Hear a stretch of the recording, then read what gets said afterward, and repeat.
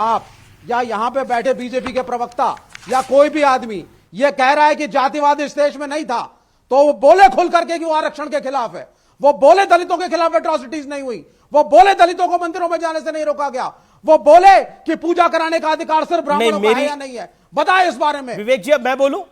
विवेक जी बोले ना इस चीज को। विवेक जी, अब ये है एट्रॉसिटीज नहीं है। जी, त्रुटि किसी समाज में हो सकती है। विवेक जी, प्रथा रही है, विवेक जी, रहा है। विवेक श्रीवास्तव, विवेक हियर मी आउट। विवेक, आपको सुनना पड़ेगा। अब आपने नहीं कह सकते, आपको मैंने धैर्यपूर्वक सुना।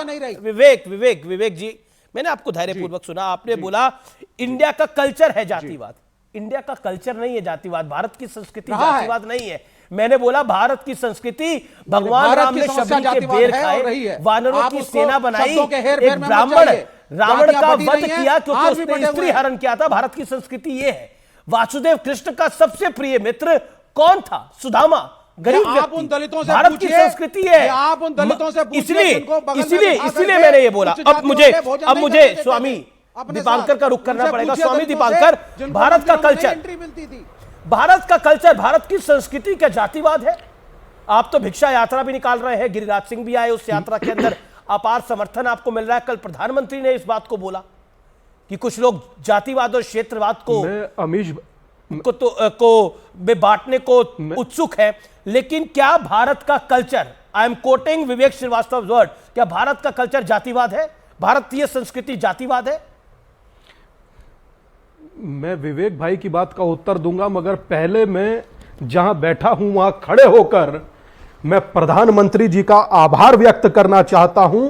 उन्होंने लाल किले की दशहरा विजयदशमी के दिन, अपराजिता तिथि के दिन इस शब्द को बल दिया कि अब इस देश में आवश्यकता जातिवाद से ऊपर उठने की है। और यह बात जो कल विजयदशमी की अपराजिता तिथि पर देश के प्रधानमंत्री जी ने कही, मैं आभार व्यक्त करता हूं।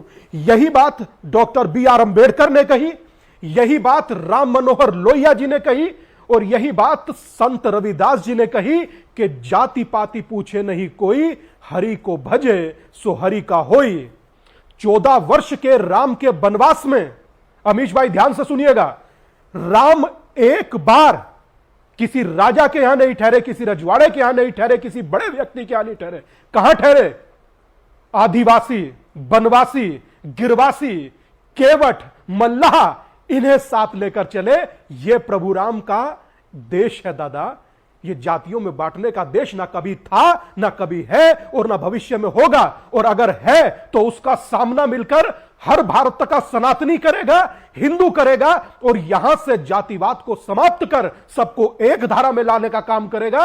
अमीश देवगन के शो में विवेक श्रीवास्तव को भी 50 सेकंड मिल रहे हैं, और स्वामी दीपांकर को भी। किसी की हिम्मत नहीं कि ज्यादा बोलकर दिखा दे 50 सेकंड से। यह है इस देश में समानता का अधिकार। और इससे एक बड़ी बात कहकर अपनी बात को विराम दूंगा। 47 लाख लोग पश्चिमी उत्तर प्रदेश के, अमीश बाबू, एक हिंदू होने की विचारधारा के साथ खड़े, जातियों में बंटने को तैयार नहीं है। Vivek Srivastava counter reply, Vivek Srivastava counter reply, 30 second Vivek Srivastava counter reply, then Gaurav Bhatia and Shadab Chauhan. Acharya Dipankar ji, आप सुने, अंबेडकर जी ने हिंदू धर्म को त्याग करके बौद्ध धर्म अपनाया और कहा कि मुझे धर्म छोड़ना पड़ रहा है कि यहां मुझे और मुझ जैसे मेरे समाज के लोगों को जस्टिस नहीं मिला। ये उसी अंबेडकर जिसको आप कोट कर रहे हैं। तो यहां की ईंट और वहां का रोड़ा, भानुमति ने कुंभा रोड़ा मत करिए। जाति को अगर हटाना है, उसी के लिए आरक्षण लाया गया कि दलित समाज के लोगों को, बैकवर्डों को आरक्षण देकर के जो उनके खिलाफ ज्यादती हुई है उसे समाप्त किया जाए, इकोनॉमिक और सोशल स्टेटस बढ़ाया जाए, बराबरी पे लाया जाए, जिससे जो सिर्फ उच्च जातियों का वर्चस्व है उसे समाप्त करें। यह है इस देश की सच्चाई। इसको अपने हिसाब से मत तोड़िए मरोड़िए कि प्रधानमंत्री ने कहा तो आप ताली पीट रहे हैं। यहां बनाइए आप बिल, आप डिमांड करिए दीपांकर जी बिल, और बिल की मांग करिए खड़े होकर के। आप आचार्य हैं कि लोकसभा में बिल प्रस्तुत आप करिए और करवाइए अपने लोगों से बीजेपी के कि हर मंदिर के अंदर पूजा कराने का और पुजारी बनने का। ठीक है। अब जो आपको 30 सेकंड बोले थे, आपने 1 मिनट बोल लिया। ओके। स्वामी दीपांकर शार्प रिप्लाई, स्वामी दीपांकर शार्प रिप्लाई। मैं 30 सेकंड, मास 30 सेकंड। साउथ के 5,000, केरल के 5,000, या ये कहूं पूरे सिनेरियो के 5,000 मंदिरों में आज मेरे दलित भाई पुजारी हैं। पिछले कुंभ में 25 से ज्यादा महामंडलेश्वर बने। पता नहीं है विवेक भाई को उस पर जाना नहीं चाहता, वो विद्वान पैनलिस्ट हैं, मगर मैं बस इतना कहना चाहता हूं, अंबा वाटकर से लेकर के ईश्वर चंद को पढ़िए, और अगर जो नहीं पढ़ना है दादा तो मिस इंफॉर्मेशन मत कीजिए। बी.आर. अंबेडकर ने किस चीज का विरोध किया?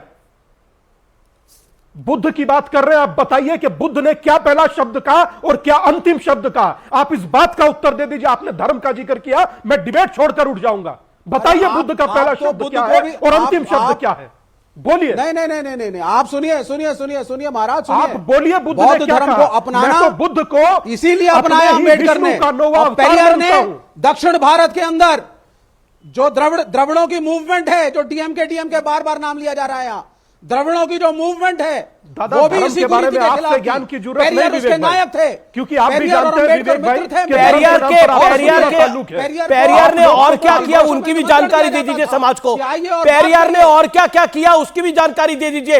व्यूअर जरा पेरियार के बारे में सर्च तो करिए। पेरियार को आप कंपैरिजन कर रहे हैं पेरियार का। प्रधानमंत्री ने क्या बोला? प्रधानमंत्री ने बोला कि क्षेत्रवाद के नाम पर मां भारती को और जातिवाद के नाम पर मां भारती को बांटने का प्रयास कर रहे हैं। प्रधानमंत्री ने इसमें गलत शब्द क्या बोला?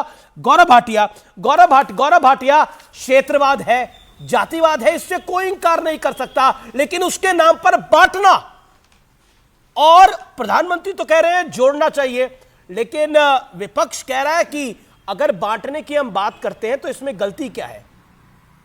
गौरव भाटिया, देन शताब।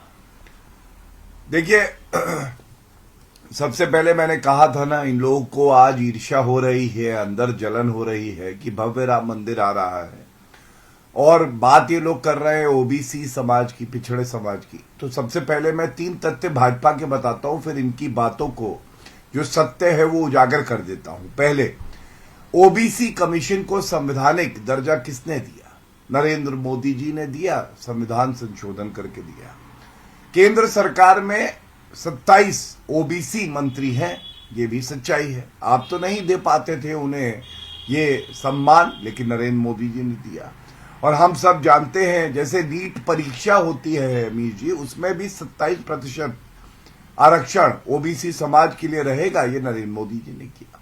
अब सवाल ये आता है, आप मुझे ये बताइए, जो लोग कहते थे हिंदू आतंकवाद, जो लोग अभी भी डेंगू, मलेरिया, HIV, कुष्ठ रोग से तुलना करते हैं हिंदू धर्म की, सनातन धर्म की, वो लोग क्यों गर्व महसूस करेंगे कि भव्य राम मंदिर आ रहा है? मैं पूछना चाहता हूं, यहां पे विवेक जी बैठे हैं, 2004 से 2008 तक आप भी सरकार का हिस्सा थे, आप क्यों नहीं करवा लेते थे ये सर्वे? मैं आपसे पूछना चाहता हूं, 2011 में जब सर्वे हुआ, उसका डेटा जो आया वो क्यों नहीं सार्वजनिक किया गया? तब ये कहा गया कि ये डेटा समाज को बांट देगा। ये पी चिदम्बरम जो गृह मंत्री थे, उन्होंने कहा था